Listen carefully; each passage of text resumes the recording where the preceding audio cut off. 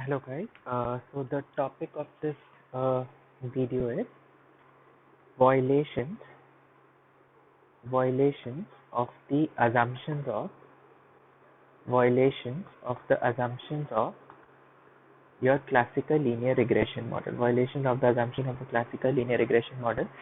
तो मैंने आपको हमेशा बताया कि जब भी हम classical linear regression model basically हम अपने पॉपुलेशन के बारे में कुछ कुछ अजम्पशंस लेते हैं. ठीक है.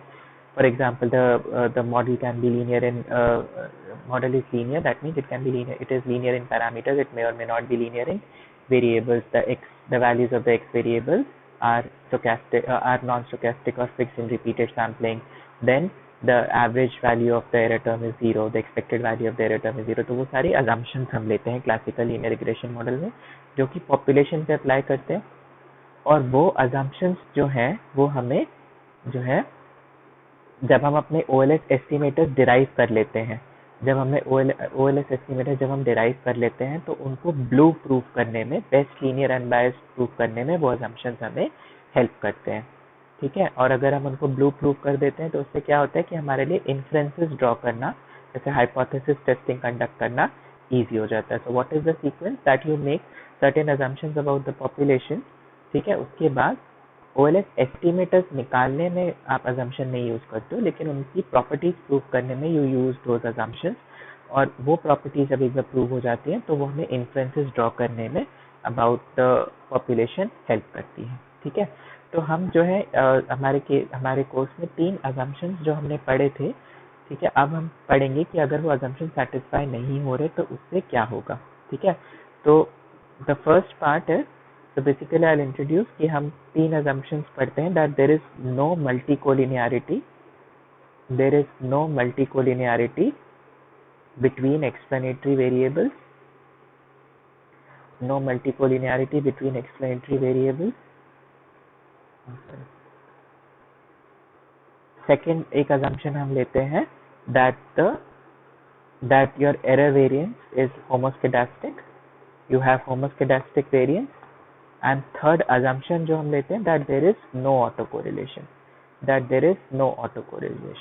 तो अब जो है हमें ये 3 टॉपिक्स पढ़ने हैं कि अगर हम assumption लेते हैं कि मल्टीकोलिनियरिटी नहीं है, तो अगर मल्टीकोलिनियरिटी है तो क्या होगा. ठीक है. हम assumption लेते हैं कि variance of the error term, variance of UI is constant, that it is homoscedastic. तो अगर वो homoscedastic नहीं है, heteroscedastic है तो क्या होगा. एंड हम assumption लेते हैं that there is no autocorrelation.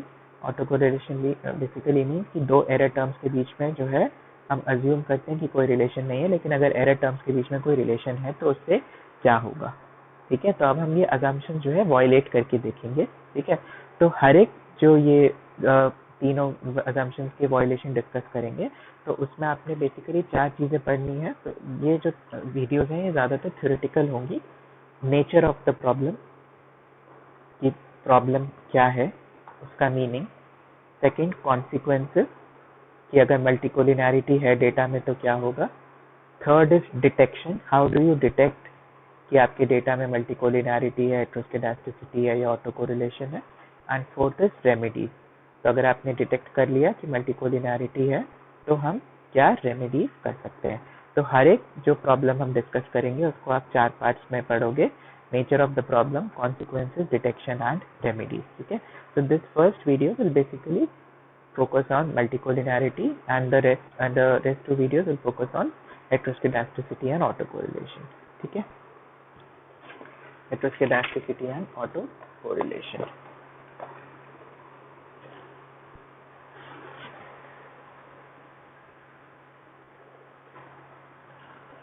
Now, so let us discuss.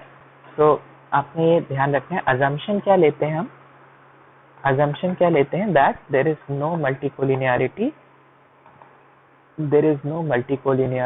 among explanatory variables. तो बेसिकली ये आपका जो है 3 वेरिएबल रिग्रेशन मॉडल से जो है प्रॉब्लम स्टार्ट होती है. 3 variable regression model that yi is equals to beta1 plus beta2 x2i plus beta3 x3i plus ui. तो अगर आपके x2 and x3 में कोई रिलेशन है then we say it is multicollinearity. So what is the definition of multicollinearity? So multicollinearity basically means that it refers to existence of a linear relationship, existence of a linear relationship among some existence of a linear relationship among some or all explanatory variables. Existence of a linear relationship among some or all explanatory variables की आपस में जो है ये relation जो variables हैं इनके बीच में अगर कोई रिलेशनशिप है देन वी से कि मल्टीकोलिनियरिटी की प्रॉब्लम है. फॉर एग्जांपल मैंने लास्ट वीडियो में बताया था कि सपोज ये वेरिएबल्स इनकम और वेल्थ हैं, तो इनकम और वेल्थ के बीच में जनरली रिलेशन होता है तो हम बोल सकते हैं कि there is a problem of multicollinearity. Now multicollinearity दो तरीके की हो सकती है. So, multicollinearity can be of two types. First is perfect multicollinearity.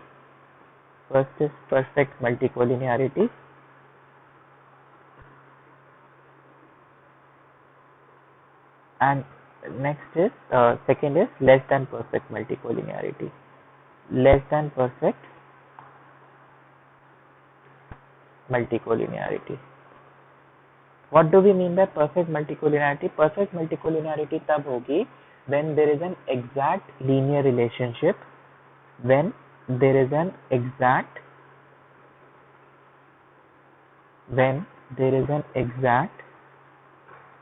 linear relationship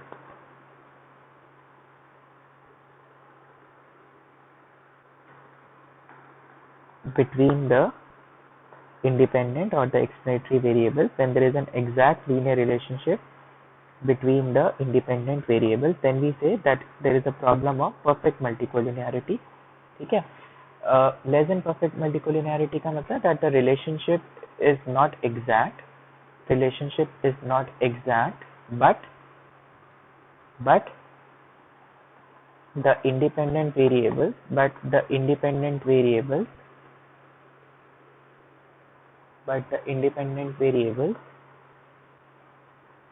are highly correlated. तो क्या डिफरेंस है दोनों में? Let us C.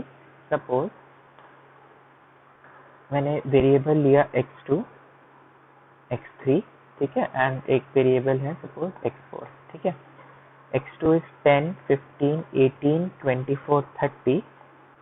x3 is 50, 75, 90, 120, 150, and x4 is 52, 75, 97, 129 and 152. ठीक है. नाउ यू कैन सी कि अगर अपने मैं रिग्रेशन मॉडल में मैं x2 और x3 को इंक्लूड करता हूँ, तो अगर मेरा रिग्रेशन मॉडल ऐसा है that yi is equals to beta 1 plus beta 2 x2i plus beta 3 x3i plus ui, तो आप इसमें देखोगे कि x2 and x3 के बीच में there is an exact linear relationship. What is that relationship? That x3 is equals to 5 times x2. x3 is equals to 5 times x2. So this is a case of a perfect multicollinearity. There is a perfect linear relationship between the two variables. इसके issues discuss करेंगे हम कि इससे क्या होगा. तो basically ये होगा कि जब हम मल्टीपल लीनियर रिग्रेशन में how do we interpret beta two. Beta two basically means कि एज बीटा टू रिप्रेजेंट कि as x increases by 1 unit what is the change in y keeping x3 constant. But अगर आप x2 को increase कर रहे हो, ठीक है, तो आप x3 को कांस्टेंट तो रख ही नहीं सकते क्योंकि the moment you increase x2 your x3 also changes by this relationship. तो ठीक है, so it becomes a problem when जो आपकी एक्सप्लेनेटरी वेरिएबल्स हैं उनके बीच में जो है परफेक्ट मल्टीकोलिनियरिटी है. ठीक है. Now look at x2 and x4. तो x2 and x4 क्या है कि ऐसे कोई देखने में बिल्कुल एग्जैक्ट रिलेशनशिप नहीं निकलेगा, ठीक है, but you can see that x4 is obtained from x4 is 5 times x2 plus some number. x4 is 5 times x2 plus some number, कि इसमें इसको 5 से मल्टीप्लाई किया 2 ऐड किया, 5 से मल्टीप्लाई किया 0 ऐड किया, 5 से मल्टीप्लाई किया 7 ऐड किया, ठीक है। तो in case में there is no perfect multicollinearity between x2 and x4, but if you calculate the correlation coefficient, between x2 and x4, so आप इसको करके भी देख सकते हो, correlation coefficient वही आएगा, so covariance between x2, x4 upon standard deviation of x2 and standard deviation of x4. अगर हम इसको करके देखेंगे, so in this case this is coming out to be 0.9959. This is coming out to be 0.9959. So there is very high correlation between x2 and x4. तो यहाँ पर भी multicollinearity की प्रॉब्लम है अगर आप अपने मॉडल में x2 और x4 को इंक्लूड करते हो, but that problem is less than perfect multicollinearity, ठीक है। परफेक्ट मल्टीकोलिनियरिटी मतलब एक वेरिएबल को आप बिल्कुल जो है दूसरे वेरिएबल के टर्म्स में लिख सकते हो, and less than perfect multicollinearity मतलब there is a high degree of correlation between these two variables, but that is not perfect, मतलब वो बिल्कुल exact नहीं है। Is this clear?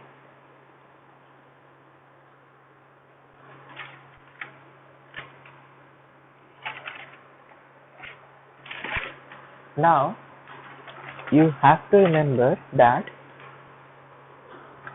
multicollinearity refers to only linear relationship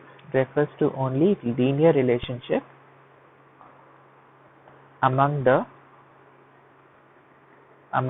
independent variables. Multicollinearity refers to only linear relationship among the independent variables. It doesn't rule out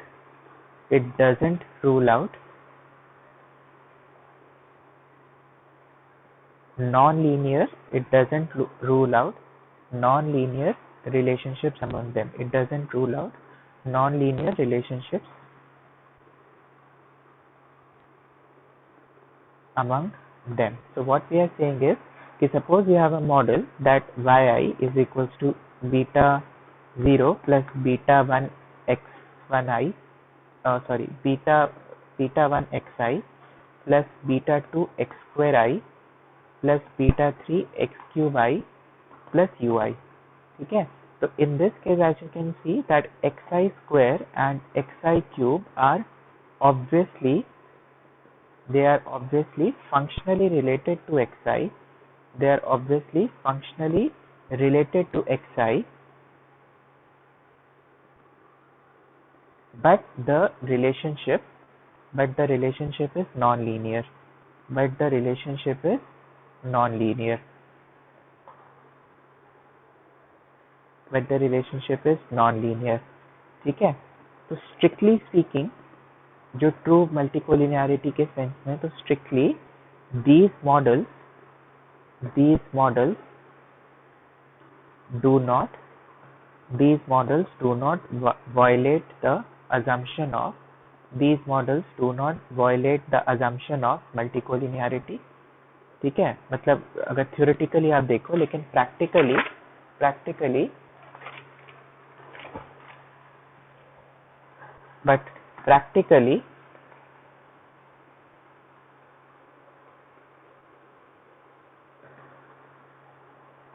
the correlation coefficient between xi, x square I and x cube I will be extremely high. Obviously, अगर आपका suppose x की values है 1 2 3 4, x square की value है 1 4 9 16, x cube की value है, ठीक है, तो 1 8 27 64। तो अगर आप इनके बीच में कोरिलेशन निकालोगे तो there is no exact linear relationship, but the correlation would be high. तो मल्टीकोलिनियरिटी की थ्योरेटिकल डेफिनेशन में हम इसको मल्टीकोलिनियरिटी नहीं मानते, क्योंकि multicollinearity only applies to linear relationship, ठीक है। लेकिन ऑब्वियसली इनके बीच में भी कोरिलेशन कोफिशिएंट बहुत हाई रहेगा, और प्रैक्टिकली ये मॉडल्स भी इतने अच्छे नहीं होंगे। वी विल सी कि क्या क्यों नहीं, मतलब क्या दिक्कत होती है अगर आपका कोरिलेशन कोफिशिएंट जो है बहुत ज़्यादा हो जाता है। कोरिलेशन कोफिशिएंट बहुत ज़्यादा हो जाता है। ठीक है, now let us discuss. So multicollinearity is the problem.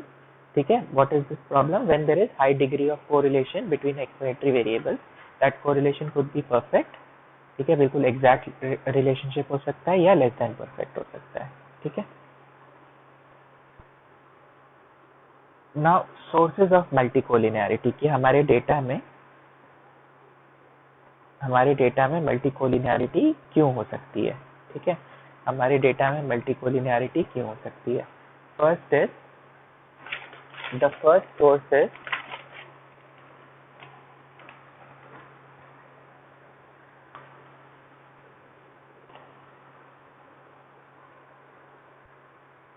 constraints on the model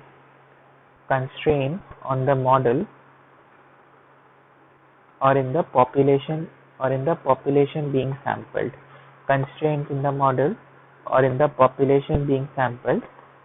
So to explain this point, let us take कि मैं जो है I am regressing electricity consumption. So electricity consumption is my dependent variable and I am taking it as a function of income, and I am taking it as a function of house size, and I am taking it as a function of house size.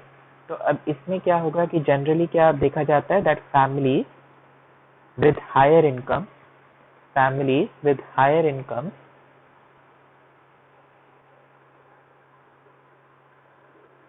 generally have larger homes. Families with higher income generally have larger homes, कि जिनकी income आती है उनके जो घर के size भी बड़ा होगा। तो यानी कि आपके इनकम और हाउस साइज में जो है कोरिलेशन है कि अगर इनकम ज़्यादा होगी तो हाउस साइज ज़्यादा होगा। तो there could be a problem multicollinearity. So one is कि constraints on the model, that means हमारा मॉडल ही ऐसा है कि जो उसमें जो वेरिएबल्स हैं, ठीक है, उसमें जो एक्सप्लेनेटरी या इंडिपेंडेंट वेरिएबल्स हैं, they are bound to be correlated.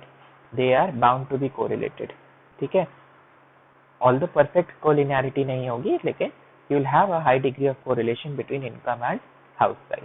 ठीक है, सेकेंड इज मॉडल स्पेसिफिकेशन। ऐसा है, मॉडल स्पेसिफिकेशन है दैट मॉडल स्पेसिफिकेशन का जो है एक एग्जांपल है adding polynomials to a regression model. तो क्या है कि जनरली जैसे इकोनॉमिक्स में पढ़ते हैं, जो कॉस्ट फंक्शन होता है ना, वो क्यूबिक होता है। The cost function is cubic. तो फॉर एग्जांपल आपका कॉस्ट फंक्शन हो सकता है cubic function of output, that it is a function of output and it is also a function of output cube। कुछ ऐसा कोई फंक्शन अगर हो गया तो it is a function of output। for example you have c is equals to 15 cube plus 18 q cube। ठीक है, suppose ऐसा कुछ फंक्शन है। तो बेसिकली जब आप पॉलिनोमियल्स अपने रिग्रेशन मॉडल में ऐड करते हो, तो ऑल्दो थ्योरेटिकली उनमें मल्टीकोलिनियरिटी नहीं है, प्रैक्टिकली q और q क्यूब में जो है हाई कोरिलेशन आएगा। ठीक है, high correlation आएगा। So this is model specification। Third is multicollinearity। This problem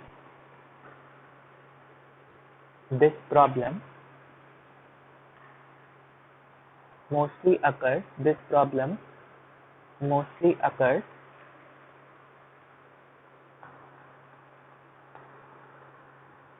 in time series data। Multicollinearity जो है वो जनरली टाइम सीरीज डेटा में होती है। ठीक है, वाई टाइम सीरीज डेटा में होती है कि फॉर एग्जांपल अगर हम कंजम्पशन एक्सपेंडिचर को as a function of income and wealth ले रहे हैं, तो आपका डेटा कैसा होगा कि डिपेंडेंट वेरिएबल कंजम्पशन की वैल्यू, इनकम की वैल्यू एंड वेल्थ की वैल्यू। ठीक है, तो टाइम सीरीज डेटा में क्या होता है कि जनरली जो ये आपके एक्सप्लेनेटरी वेरिएबल्स होते हैं, in time series data the explanatory variables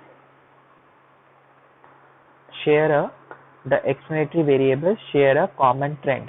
the time series data explanatory variables share a common trend, that is they all increase or decrease over time, that is they all increase or decrease over time. तो for example इसमें भी क्या है कि अगर आपने जो है टाइम सीरीज डेटा लिया 1950 से लेकर 2018 तक, aggregate consumption expenditure, aggregate income and aggregate wealth, ठीक है, तो अगर टाइम के साथ इनकम भी बढ़ती है और वेल्थ भी बढ़ता है, तो बोथ इंक्रीज ओवर टाइम. तो अगर दो variables they are increasing, what do we mean by positive correlation, ठीक है, what do we mean by positive relation, that as x increase मतलब both variables increase, x increases y increases, so that is your positive correlation. तो अगर ऐसा हम time series data लेते हैं तो जनरली उसमें जो एक्सप्लेनेटरी वेरिएबल्स होते हैं दे शेयर अ कॉमन ट्रेंड, तो क्योंकि दोनों साथ में इंक्रीज हो रहे हैं यानी कि उनमें कोरिलेशन आएगा. तो मल्टीकोलिनियरिटी जनरली आपके टाइम सीरीज डेटा में होती है, मल्टीकोलिनियरिटी जनरली आपके टाइम सीरीज डेटा में होती है, ठीक है. Now, so we have discussed what is multicollinearity, what are the sources of multicollinearity. Now, what happens if there is multicollinearity?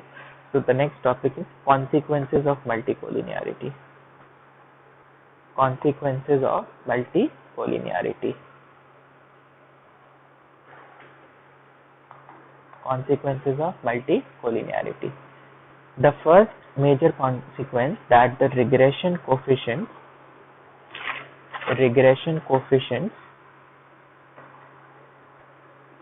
are indeterminate, ये हमने पहले भी डिस्कस किया है, that the regression coefficients are indeterminate,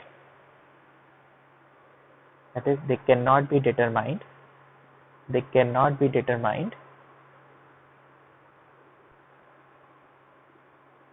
in the case of perfect multicollinearity. In the case of perfect multicollinearity. तो मैंने इसका proof पहले भी करवाया है, जल्दी से मैं अभी भी करा देता हूँ. Suppose you have a model of the type yi is equals to beta 1 plus beta 2 x2i plus beta 3 x3i plus ui, ठीक है. अगर परफेक्ट मल्टीकोलिनियरिटी है, that means for example x3 is lambda times x2, बिल्कुल उसका multiple ही है, तो इस case में we can not determine beta 2 hat and beta 3 hat, ठीक है. Beta 2 hat and beta 3 hat हम नहीं डिटरमाइन कर पाएंगे, बीटा 1 हैट निकल जाएगा, beta 1 hat can still be determined, ठीक है, लेकिन आपके जो इंटरसेप्ट कोफिशिएंट निकल जाएगा, लेकिन जो मेन आपके स्लोप कोफिशिएंट्स हैं वो नहीं निकल पाएंगे, आपके स्लोप कोफिशिएंट्स जो हैं वो नहीं निकल पाएंगे, ठीक है. वाई आपके जो है स्लोप कोफिशिएंट्स नहीं निकल पाएंगे, because as we discuss that beta 2 hat का फॉर्मूला क्या है, summation y(x2) summation x3 square minus summation y(x3) summation x2 x3 upon summation x2 square summation x3 square minus summation x2 x3 whole square, ठीक है. तो if you have x3 is equals to lambda times x2, तो अगर आप इनका mean लोगे तो small x3 भी lambda times स्मॉल x2 हो जाएगा. तो बस इस मामले में आपने x3 की जगह lambda times x2 डालना है, तो जब आप उसको डालोगे तो you'll get beta 2 hat is equals to summation y(x2) lambda square summation x2 square minus lambda summation y(x2) lambda summation x2 square upon summation x2 square lambda square summation x2 square minus lambda square summation x2 square whole square. So you'll get 0 by 0 which is indeterminate.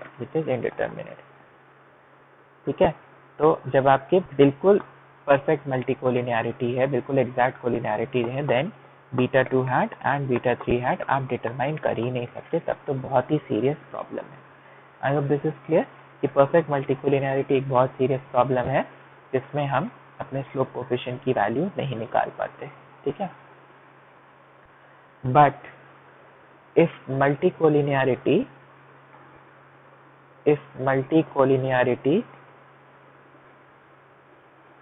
is less than perfect, if multicollinearity is less than perfect, then OLS estimators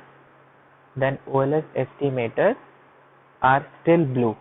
Then OLS estimators are still blue. जब multicollinearity जो है less than perfect है, बिल्कुल exact नहीं है, तो जो आपके OLS एस्टिमेटर्स आते हैं वो अभी भी ब्लू होते हैं, मतलब they are still the best linear unbiased estimators. ठीक, जो ये वॉयलेशंस डिस्कस कर रहे हैं इनका एंड रिजल्ट मतलब इनके कॉन्सिक्वेंसेस किससे होते हैं, इन्फ्लुएंसेस ड्रॉ करने पे।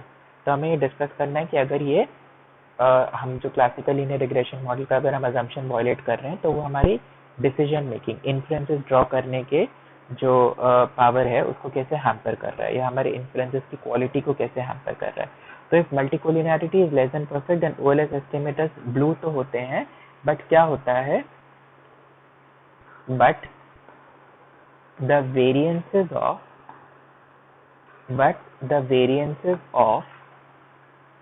the OLS estimators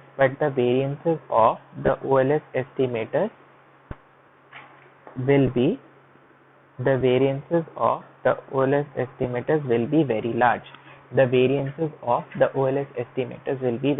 ऐसा क्यों? अगर आपको याद होगा तो मैंने करवाया था, मैंने फॉर्मूला लिखवाया था that variance of beta 2 hat is equal to sigma square upon summation x2 square 1 minus r23 square, and variance of beta 3 hat is equals to sigma square upon summation x3 square 1 minus r23 square, 1 minus r23 square. So r23 क्या है? It is the correlation coefficient between x2 and x3. तो अगर multicollinearity है, that means this correlation coefficient is very high. So if there is multicollinearity, then r23 is high. So 1 minus a high number is a small number. कि अगर इसकी value increase हो गई, मतलब this is a high number, तो 1 minus a high number is a small number, यानी कि आपका डिनोमिनेटर जो है स्मॉल है, तो वेरिएंस क्या होगी, लार्ज हो जाएगी।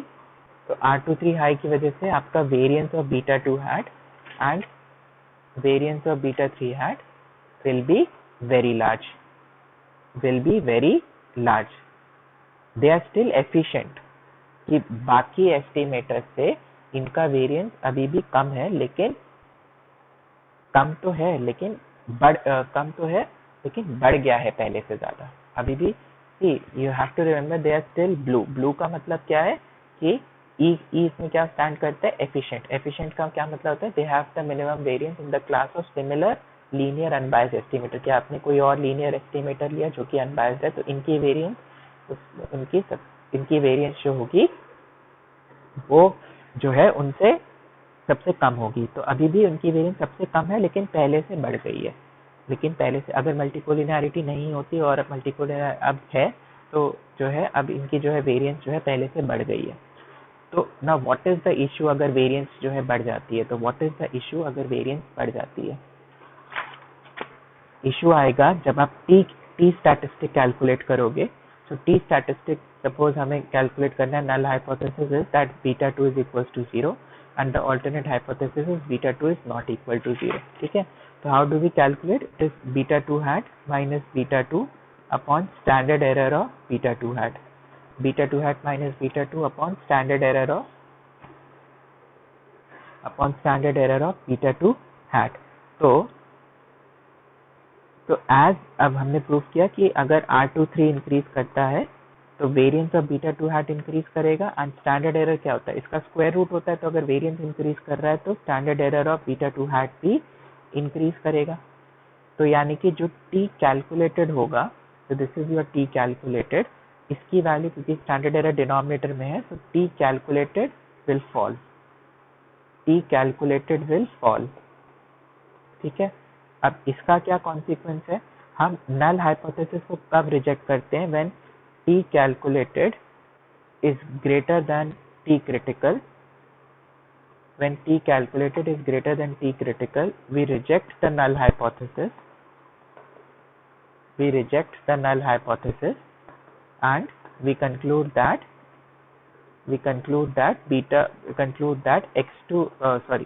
2 is significantly different from 0, that beta 2 is significant, कि उसको अगर हमने नल को रिजेक्ट किया यानी कि वो 0 नहीं है, 0 के अलावा कोई नंबर है, तो बीटा 2 इज सिग्निफिकेंट। आप क्या कर रहे हो, आप यहाँ पर आपकी टी कैलकुलेटेड की वैल्यू कम हो रही है, तो आप तो चाहते हो कि रिजेक्ट हो, आप अपने नल को रिजेक्ट करना चाहते हो, तो यानी कि आप क्रिटिकल से ज़्यादा चाहते हो कैलकुलेटेड की वैल्यू, लेकिन इस केस में अगर मल्टीकोलिनियरिटी है तो कैलकुलेटेड की वैल्यू कम हो रही है, कैलकुलेटेड की वैल्यू कम हो रही है, ठीक है।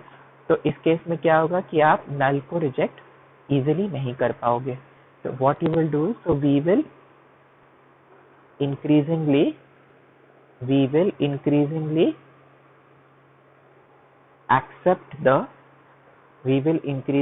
accept the null hypothesis। अगर हम नल हाइपोथेसिस को एक्सेप्ट कर रहे हैं तो that means resulting in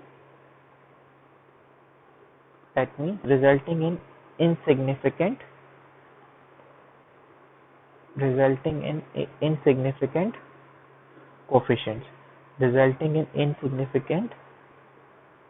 coefficients। तो बेसिकली आपके मॉडल में अगर मल्टीकोलिनियरिटी है, ठीक है, आपके मॉडल में मल्टीकोलिनियरिटी है, जैसे अगर मैंने कंजम्पशन वाला मॉडल लिया, that yi is a function of x2 which is yi is consumption, it is a function of income as well as it is a function of wealth, ठीक है। तो दोनों का ही इम्पैक्ट होता है, इनकम का भी इम्पैक्ट होता है कंजम्पशन पे, वेल्थ का भी इम्पैक्ट होता है कंजम्पशन पे, लेकिन आपने अपने मॉडल में अगर बहुत ज़्यादा मल्टीकोलिनियरिटी है इनकम और वेल्थ के बीच में, ठीक है, तो क्या होगा कि आंसर तो आ जाएगा, बीटा 2 हैट और बीटा 3 हैट की वैल्यू आ जाएगी, लेकिन जब आप हाइपोथेसिस टेस्टिंग करोगे तो हम जो है ये संभावना है, ये पॉसिबिलिटी है कि आप इस नल को जो है रिजेक्ट नहीं करोगे, you will accept this null. Similarly ऐसा हो सकता है कि आप बीटा 3 को भी जो है इसी को ही एक्सेप्ट कर रहे हो, तो यानी कि बीटा 2 0 का क्या मतलब है, that income does not have a significant impact on consumption, and beta 3 equal to 0 का क्या मतलब है, that wealth does not have a significant impact on consumption. तो बेसिकली अगर मल्टीकोलिनियरिटी है तो you will not reject the null hypothesis, ठीक है, although you should have rejected them, ठीक है, बिकॉज थ्योरी सेज तो होना तो यही चाहिए था, ठीक है, लेकिन आपके डेटा में ऐसा नहीं हो रहा, so there is a problem in your data, ठीक है। So it might lead to wrong conclusions, multicollinearity might lead to wrong conclusions, multicollinearity might lead to wrong conclusions, ठीक है। एक और कॉन्सिक्वेंस होता है मल्टीकोलिनियरिटी का, तो द फर्स्ट कॉन्सिक्वेंस कि अगर परफेक्ट मल्टीकोलिनियरिटी तो आप तो कोफिशिएंट से डिटरमाइन नहीं कर सकते, second is less than perfect है तो OLS estimators are still BLUE, लेकिन उनकी वेरिएंस जो है वो बढ़ जाती है, अगर उनकी वेरिएंस बढ़ जाती है तो टी रेशियो कम हो जाए, टी कैलकुलेटेड जो है वो कम हो जाता है, तो आप उसको नल हाइपोथेसिस को रिजेक्ट नहीं कर पाते, which leads to wrong conclusion that your explanatory variables do not have a significant impact on the dependent variable. Explanatory variables do not have a significant impact on dependent variable. Another consequence is wrong sign। ये भी देखा गया है कि अगर multicollinearity है आपके data में तो जो wrong sign of regression coefficients आते हैं, wrong sign of regression coefficients का मतलब कि इनकम के साथ जो है नेगेटिव साइन आ गया कि इनकम बढ़ने से कंजम्पशन कम हो रहा है, विच कॉन्ट्राडिक्ट्स द थ्योरी। तो मल्टीकोलिनियरिटी की वजह से ऐसा भी होता है, ठीक है, कोई इसका प्रूफ नहीं है, आपने ये जो है मतलब एम्पेरिकली ऑब्जर्व किया गया कि अगर मल्टीकोलिनियरिटी है तो there are wrong sign of regression coefficient. And another consequence is difficulty in assessing the individual contribution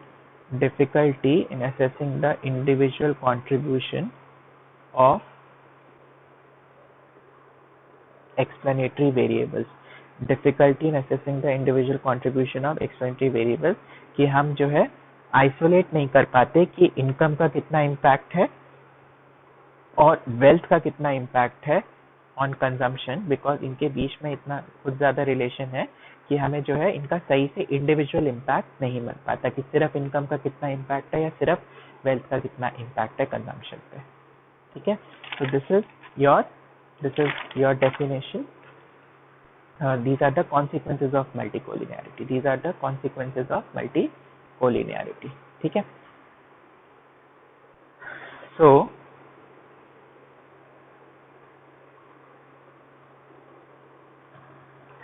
so अब how do you detect कि आपके मॉडल में multicollinearity? How do you detect?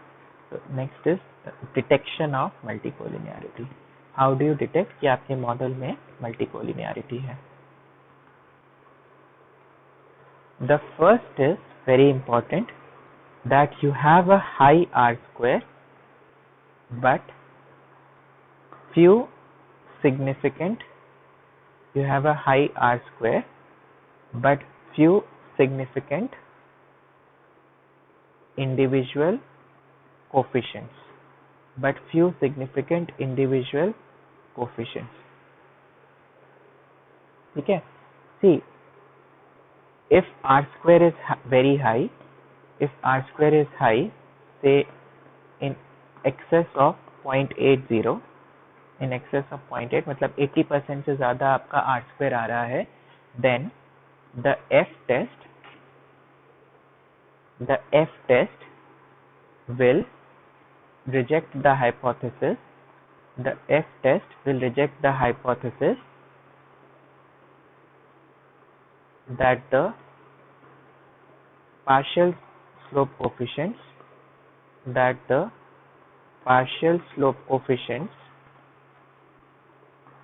are simultaneously equal to 0, that the partial slope coefficients are simultaneously equal to 0. What is the meaning of this?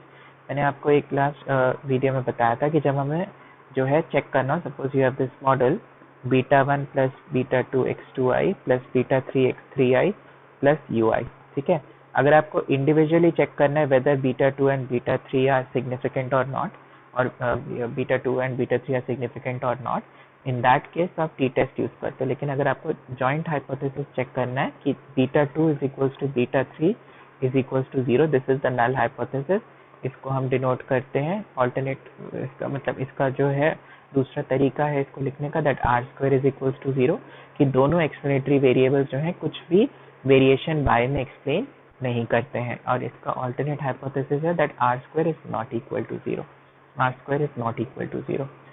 तो जब आपके data में multicollinearity होगी तो आपका आर स्क्वायर तो बहुत ज़्यादा आएगा, ठीक है, आर स्क्वायर तो आपका जो है 0.8 सपोज आ गया, तो अगर आर स्क्वायर 0.8 आ गया तो आप देखोगे कि एफ टेस्ट जो है नल हाइपोथेसिस को रिजेक्ट कर रहा है, एफ टेस्ट जो है नल हाइपोथेसिस को रिजेक्ट कर रहा है, यानी कि वो जो दो वेरिएबल्स हैं x2 और x3 दोनों मिला के तो बहुत ज़्यादा वेरिएशन y में एक्सप्लेन कर पा रहे हैं, बहुत ज़्यादा वेरिएशन y में एक्सप्लेन कर पा रहे हैं, लेकिन इंडिविजुअली जो उनका इम्पैक्ट है वो कैसे देखा जाएगा, वो आपका जो है टी रेशियो से देखा जाएगा।